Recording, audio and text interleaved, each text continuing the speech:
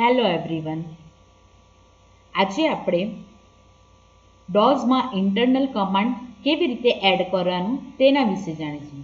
તો સૌપ્રથમ ડોઝ શું છે તેના આપણે પહેલાં જાણીશું.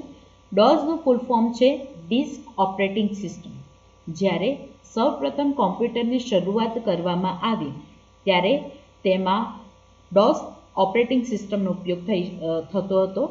તમે અત્યારે જોઈ શકો છો, અત્યારની 7th જનરેશનમાં આપણે અલગ અલગ પ્રકારની ઓપરેટિંગ સિસ્ટમમાં કામ કરી રહ્યા છે, જે રીતે કે Microsoft Windows 7, Microsoft Windows 8, Windows 10, બરાબર.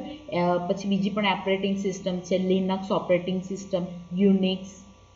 તો આ બધી અલગ અલગ પ્રકારની ઓપરેટિંગ સિસ્ટમ હોય છે જેમાં આપણે કામ કરી શકીએ છીએ.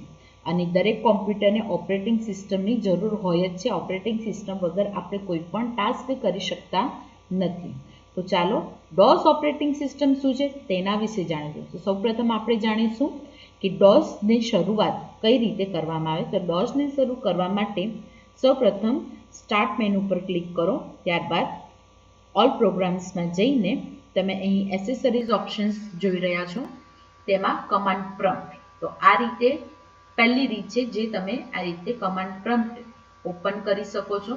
બીજી રીત કે સ્ટાર્ટમાં જઈને અહીં તમે ફક્ત શોર્ટ ફોર્મ એનું ટાઈપ કરી શકો છો CMD, બરાબર. તો આ રીતે પણ તમારું ઓપરેટિંગ સિસ્ટમ ઓપન થઈ જશે, જે કમાન્ડ પ્રોમ્પ્ટમાં આપણે કામ કરીએ છીએ, બરાબર. હવે કમાન્ડ પ્રોમ્પ્ટ એ કમાન્ડ લાઇન ઇન્ટરફેસ કહેવાય. એટલે કે એમાં એક જ સૌપ્રથમ જ્યારે કોમ્પ્યુટરને શરૂઆત કરવામાં આવી ત્યારે કોઈ પણ આપણે ટાસ્ક કરવું હતું તો એક જ ઓપરેટિંગ સિસ્ટમમાં કામ કરી શકતા હતા, બરાબર. અત્યારની જનરેશનની જે બધી ઓપરેટિંગ સિસ્ટમ છે તેમાં મલ્ટિપલ વર્ડ્સ, મલ્ટીટાસ્ક આપણે કરી શકીએ છીએ, બરાબર. જ્યારે ડોઝ ઓપરેટિંગ સિસ્ટમ એ કમાન્ડ લાઇન ઇન્ટરફેસ છે, એટલા માટે કે એમાં એક જ કમાન્ડમાં આપણે એક જ વાર કોઈ પણ એક જ યુઝર કામ કરી શકીએ, બરાબર. ઓકે. અને જે અત્યારની બધી ઓપરેટિંગ સિસ્ટમ છે તેમાં આપણે ઘણા બધા યુઝર્સ એક ઓપરેટિંગ સિસ્ટમમાં ઘણું બધું કામ કરી શકે. તો ડોઝ ઓપરેટિંગ સિસ્ટમ અને અત્યારની ઓપરેટિંગ સિસ્ટમમાં આ ફર્ક છે, બરાબર. તો ચાલો હવે આપણે એનો થોડુંક ઇન્ટ્રોડક્શન જોઈ લઈએ. જેવું મેં કમાન્ડ પ્રોમ્પ્ટ ઓપન કર્યું તો અહીં તમે જોઈ શકો છો તેનું version Microsoft Windows version 6.1.7601, right. અને કોપીરાઇટ 2009 માઇક્રોસોફ્ટ કોર્પોરેશન ઓર રાઇટ રિઝર્વ્ડ. ઓકે. તો આ રીતે તમારી ફર્સ્ટ જે ઓપરેટિંગ સિસ્ટમ છે અથવા કમાન્ડ પ્રોમ્પ્ટ છે તેનું વર્ઝન ડિસ્પ્લે કરશે. ત્યારબાદ એના બાદ તમે જોઈ શકો છો કે અહીં આપેલું છે C:/યુઝર્સ, રાઈટ. સી ડ્રાઈવની અંદર યુઝર્સ ફોલ્ડર અને યુઝર્સ ફોલ્ડરની અંદર એડમિન ફોલ્ડર. ઓકે. હું તમને અહીં પણ બતાવી શકું છું જે રીતે કે આ પ્રમાણે છે સી ડ્રાઈવ, બરાબર. આપણે એની વિન્ડોને થોડી આમને સામને કરી દઈએ તો જેનાથી આપણે સરસ રીતે જોઈ શકીએ. અહીં મેં સી ડ્રાઈવ ઓપન કરી છે, રાઈટ. સી ડ્રાઈવમાં યુઝર્સ ફોલ્ડર, તો અહીં તમે યુઝર્સ ફોલ્ડર જોઈ શકો છો, યુઝર ફોલ્ડરની અંદર એડમિન ફોલ્ડર. ઓકે.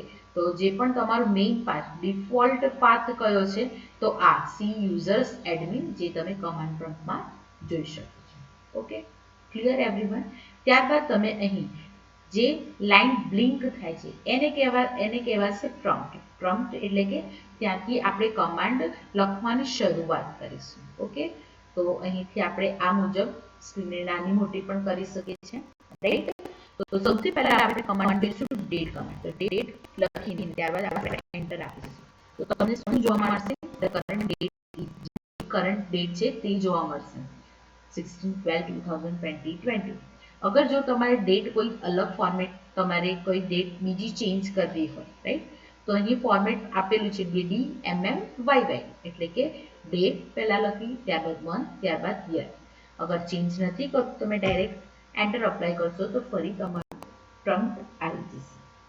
ત્યારબાદ બીજો કમાન્ડ છે ટાઈમ કમાન્ડ. ટાઈમ કમાન્ડમાં પણ તમે જોઈ શકો કે અત્યારે કરન્ટલી કયો ટાઈમ ડિસ્પ્લે થઈ રહ્યો છે, રાઈટ. જે તમારી ઓપરેટિંગ સિસ્ટમમાં અહીં પણ દર્શાવે છે, રાઈટ. ડેટ અને ટાઈમ તે મુજબ અહીં પણ દર્શાવે. જો તમે ટાઈમ ચેન્જ કરો તો આ ફોર્મેટમાં ચેન્જ કરી શકો છો, hours, minute, second and millisecond. Okay, અગર જો તમારે ચેન્જ ના કરવું તો just press enter key, right. ત્યારબાદ તમે ડાયરેક્ટ નીચે પ્રોમ્પ્ટ કમાન્ડ તમારો આવી જશે. નેક્સ્ટ કમાન્ડ છે VER. VER એટલે આ કમાન્ડની મદદથી ઓપરેટિંગ સિસ્ટમનું વર્ઝન એટલે કે આવૃત્તિ જાણી શકાય છે.